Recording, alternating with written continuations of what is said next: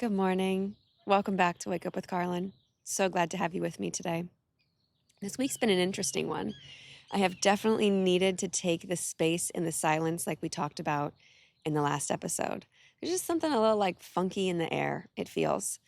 And so having that practice of just being still, going on walks without anything in my ears, just walking, noticing, being in the silence has been super helpful.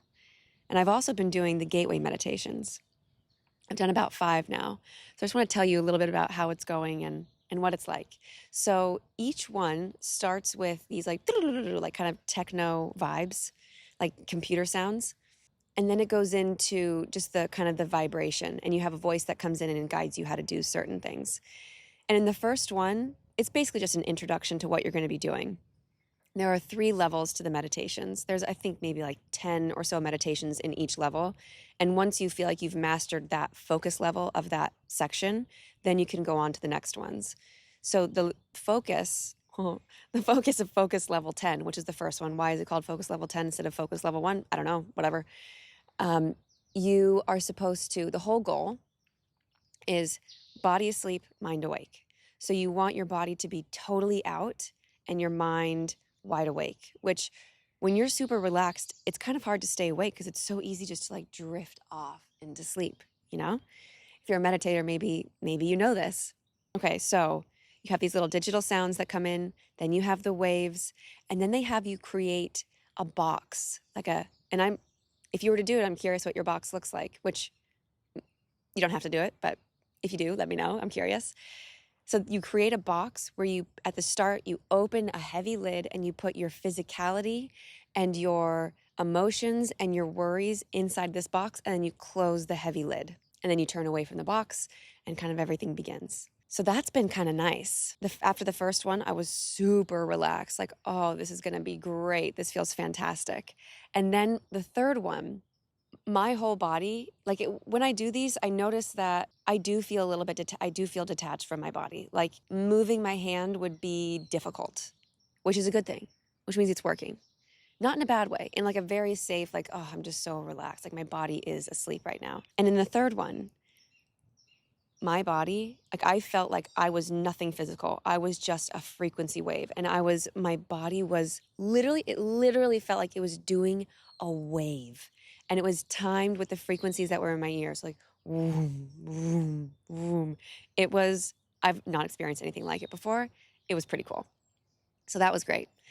In the last 2, the 4th and the 5th, I think I fell asleep.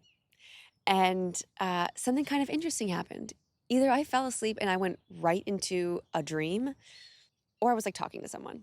And I don't know who I was talking to, because both times that I kind of came to a little bit more consciousness, it was like the ending of a conversation, and I could like feel myself talking and almost hear myself ending a conversation, but I couldn't see the other person or other thing. So that was kind of peculiar. But also, I forgot to mention, at the start of the meditations, you say something like, I am more than my physical body. I'm open to the higher consciousness that has more knowledge than I, who is looking out for the good of myself and all other beings to guide me in this journey, or something, or to come in and provide me with some knowledge that I might need, something like that. So the conversations that I was having, I wish I could remember them. I don't. We'll see what that is. And I'd like to definitely go back and do those too, so that I can stay awake, because I'm definitely not in focus level 10 if I'm falling asleep. So I have work to do. But also in the last one that I did, they had this really cool practice. So you put, like I said, physicality, all your worries and things in this box. They have you go back to the box, lift the heavy lid, and imagine the vibration of fear. So imagine fear. And then you put it in a bubble and you take it out. And you notice what it looks like. And then you have that bubble just float up, up, and away, like it's going up through water, up, and away, and it's leaving. And then they say to go back to the box. Notice the emotion that was behind the fear. And you might think, well, it's fear. Fear is the emotion. But no, because when you do this, there's something else there. And you also might think, well, how am I going to know what it is? You just know. At least that's how it was for me. I would go back to the box and I had that same thought, like, it's just fear. Like that's what the emotion is. And like, no, it's sadness, or it's some other emotion. You do it a few different times. Then you see that in a ball, and you have it out of the box, and you have that in a little bubble, have that go up, up, and away. And then the last step in each section of releasing this fear is you go back to the box and you see the story that fear and that emotion was attached to. But now all emotion, all fear is gone, and you're able to view it with complete neutrality. And you bring that story back into your body because it is completely processed and neutral. And so it's able to be a part of your history without it affecting you the same way. So that was interesting. That was the last one that I did. I'm really curious what other ones might be like. So I'll keep you posted on that, let you know how it goes, because I'm enjoying it. Yesterday, I was spending some time in silence in nature, just kind of outside. And I noticed this one single dandelion on a slope of ivy with a bunch of olive trees. And it was the afternoon, so the sun was setting. The light was so gorgeous. Just this one, super tall. It was probably like a foot and a half. Maybe I'm exaggerating, but it felt like that. It was probably a foot though. Just kind of like blowing in the wind like this. And it was not even wind, breeze, whatever. And it was so lovely, so lovely. And I thought, why is it that we tell kids to make a wish and blow? And we know that obviously the fuzzy white things are kind of like the wings that carry the seeds to different places so it can go for a ride on the wind and land on new soil and hopefully grow new dandelions. When we're a kid and we make these wishes, we just make the wish and we blow and we marvel at all the seeds as they float through the air, not paying attention or caring particularly where they go, but just knowing, feeling the magic of that moment of releasing the wish into the world. I couldn't tell you any wishes that I made on a birthday candle or a dandelion. Maybe you can, and maybe it's attached to a pretty tragic story, because I feel like that's the way that you would remember one. And so if you did have that experience, I'm sorry if that wish didn't come true.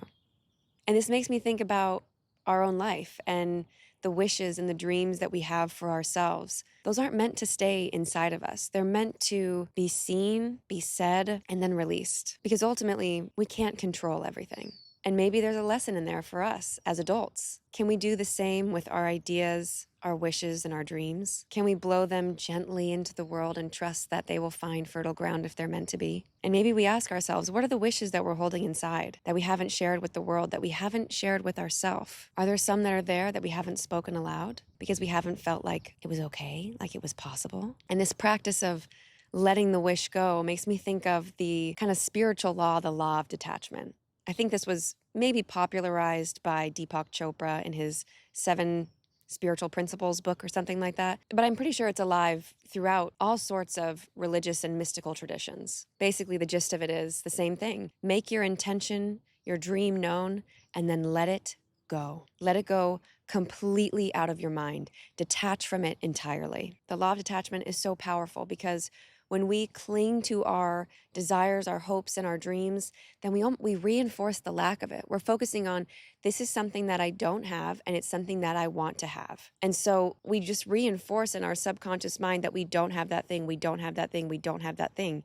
And so it's counterproductive. And the other part of this is, what if God's vision for our life, what if God's version of that dream, or the higher version of our dream that we can't see, is better than what we imagined? We cling so tightly to our literal dreams sometimes, what we think we want it to look like, what the job looks like, what the house looks like, what the partner looks like, what the relationship looks like, what that version of success looks like that we've had mapped out in our head for 5 years. But what if that version that you're thinking of is just one of those seeds on that dandelion head? There's something like 100 to 200 seeds on each dandelion head. And when we blow that out, we're saying, this is my core wish. It can come to be in 100 to 200 different ways. There are there are 200 possibilities of how this could come to be, and I'm open to any of them. So maybe we can start to view our own wishes and things like that. And there's a lot of talk about manifestation, make your vision board, determine what you want, make a list of how you want your partner to be, or what the job is going to be, or what the house is going to have. And I think that those are good things, but when we get to the core of it, it's not how that person looks. It's not how the house looks. It's not the exact type of car that you're going after. You're going after the emotion, the feeling beneath it. So instead of obsessing how the physicality of something or how something is going to be, because we don't know how the path is going to unfold, it could come to be in any multitude of ways. And why are we going to remove the magic of that journey? Why are we going to take away from God how it might want to deliver something in our life? And I know I keep mentioning God. I hope that doesn't make some of you uncomfortable. If it does, let me know in the comments because I can find alternative words. God, universe, the source of all that is. I'm not attached to any of it. It's just the easiest one. And I kind of like it right now. It's kind of fitting right now. Anyways, so we don't need to obsess over how something is going to come into our life. Know that it could come into our life any multitude of these 100 to 200 ways that this dandelion seeds moves through life. And also, instead of focusing on the physicality or the exact thing, focus on what's the emotion?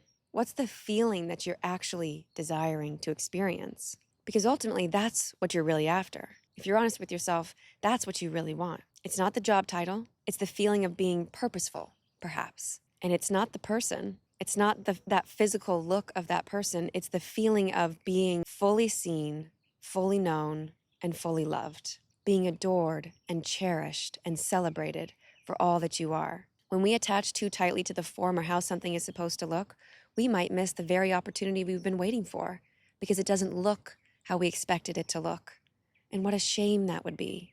There's that story, parable-ish, of a man who's in a boat, and I think his boat is like sinking or it's really stormy or something like that. And he calls out to God, God, save me, help me.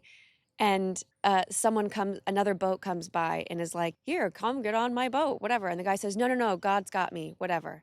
And then another boat comes by, and this happens 3 times, and the man ends up drowning, and he goes to heaven. He said, God, why didn't you come for me?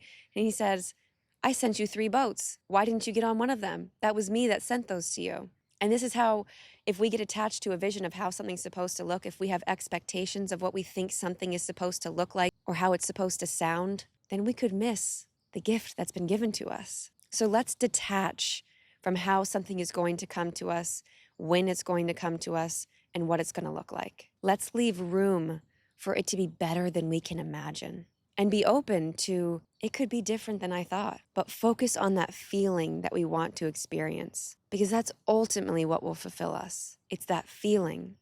It's not the physicality. So let's try that this week. Let's go through our own little dandelion moment, feeling into what is our wish? What's the desire? Allow that to arise. And then, we can use that bubble. We can put our wish inside of a bubble, that feeling that we want to experience, put it into that bubble and send it out into the world and know that it is going to make its way back to us in the perfect time and in the perfect package, one that we can't know how it's going to look. And what a wonderful surprise it will be when it shows up. I love a good surprise. And in feeling this wish, we're allowed to be excited. We're allowed to feel all the emotion around it. That's a good thing. Feel that emotion. Let it reverberate throughout your body. Wrap it around you in like a torus field. Feel that emotion because you can feel that now. It doesn't have to be only when that physical thing shows up. But we detach from how it comes into our life. We stop trying to be the control freaks that we want to be and have this certainty. We trust. We surrender. We let it go. We let it ride on the wind and know that it will come to us in the perfect time. And so this week, if you're also feeling a little wonky like I've been the last few days, continue to make space for the silence and the stillness. Thank you for joining me today. I'll see you next week.